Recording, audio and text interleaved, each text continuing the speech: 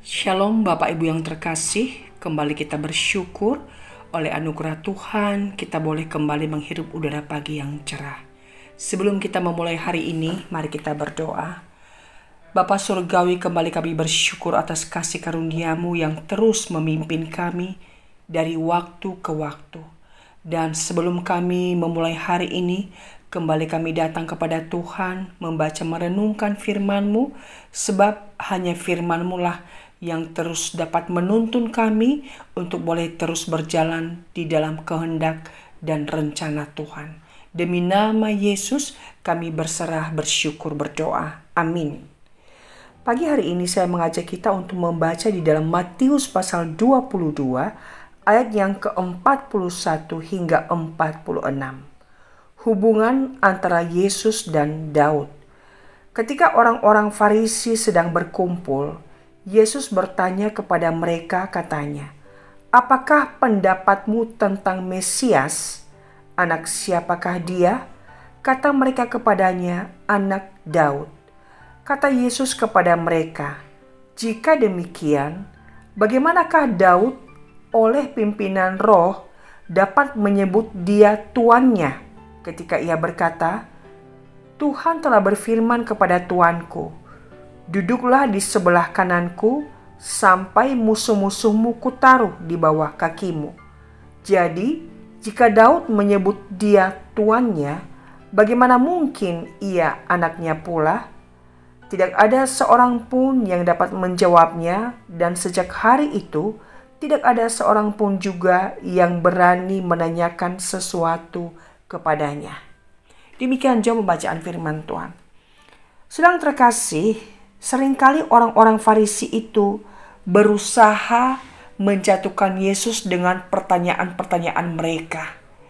Dan mereka berharap dengan jawaban Yesus mereka bisa mendakwa Tuhan Yesus. Dan ternyata ketika mereka mengajukan begitu banyak pertanyaan, Yesus bukan hanya sebagai manusia tapi juga sebagai Tuhan dapat menjawab dan membuat mereka bungkam. Nah, kali ini Tuhan Yesus yang memberikan pertanyaan kepada orang Farisi. Yesus bertanya, "Apa pendapatmu tentang Mesias? Anak siapakah dia?" Dan mereka dengan lantang, dengan yakin menjawab, "Anak Daud." Lalu Yesus melanjutkan pertanyaan, "Lalu jika demikian, bagaimana Daud di dalam pimpinan roh menyebut dia juga tuannya?" Nah, saudara, dari kalimat ini Yesus sebenarnya ingin memberikan pengertian kepada orang Farisi bahwa Mesias itu sebagai keturunan Daud bukan hanya sekedar manusia. Sehingga Daud di dalam pimpinan roh berkata Tuan atau Tuhan atau Kurios. Itu artinya bahwa Yesus bukan hanya keturunan Daud sebagai manusia, tetapi Yesus adalah juga Allah.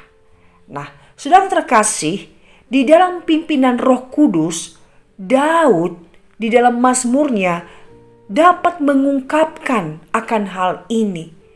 Hal ini menyatakan sekali lagi bahwa penulisan daripada Alkitab itu bukan oleh hikmat manusia, tetapi penulisan Alkitab itu sendiri sangat membuktikan bagaimana Roh Kudus memimpin para penulisnya, sehingga tulisan itu tidak akan salah.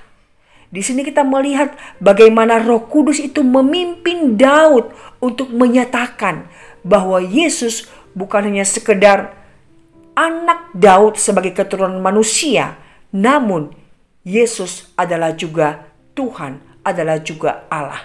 Nah, sedang terkasih, sekali lagi menyatakan kepada kita bahwa Yesus adalah Allah yang sanggup membebaskan kita bukan hanya dari dosa, tetapi juga Allah yang sanggup memberikan kepada kita kehidupan di dalam kekekalan.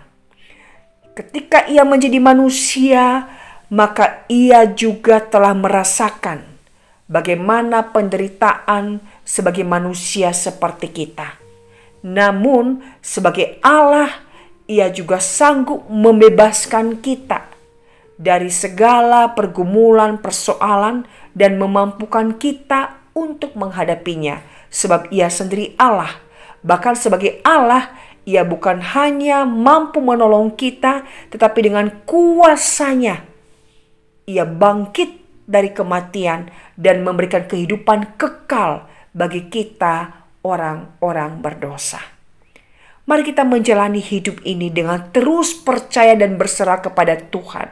Bahwa Yesus telah menjadi manusia untuk mewakili kita, menjadi penebus bagi kita. Dan Ia juga adalah Allah yang memberikan kepada kita kehidupan kekal melalui pengorbanan di atas kayu salib.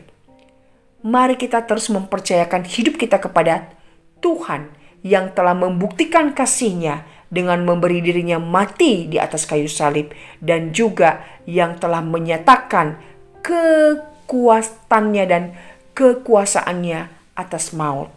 Hidup ini kita tidak hadapi sendiri, tetapi ada Tuhan yang selalu bersama dengan kita dan yang tidak pernah meninggalkan kita. Yesus adalah manusia sejati dan Yesus juga adalah Allah sejati.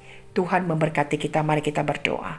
Bapa, kami bersyukur ketika kami membaca firman-Mu, kembali kami diingatkan bahwa Tuhan yang telah menjadi manusia di dalam diri Yesus mengerti akan penderitaan kami sebagai manusia. Karena Tuhan Allah telah pernah menjadi manusia dalam dunia ini. Dan juga Tuhan yang menjadi manusia dalam diri Yesus adalah juga Allah yang sejati. Allah yang berkuasa, Allah yang mampu menolong kami, Allah yang memberikan kami kehidupan kekal, dan Allah yang terus menyertai kami untuk melewati hidup ini. Allah yang sanggup mengubah keadaan kami menjadi baik, dan Allah yang terus memberikan kami kekuatan dalam ketidakberdayaan kami di tengah-tengah pergumulan hidup yang kami alami. Terima kasih Tuhan, berkati kami sepanjang hari ini dan kuatkan iman kami untuk terus mempercayai Engkau sebagai Allah yang memimpin hidup kami, arsitek hidup kami yang tidak pernah salah. Demi nama Yesus kami berdoa dan bersyukur. Berserah. Amin. Tuhan memberkati saudara.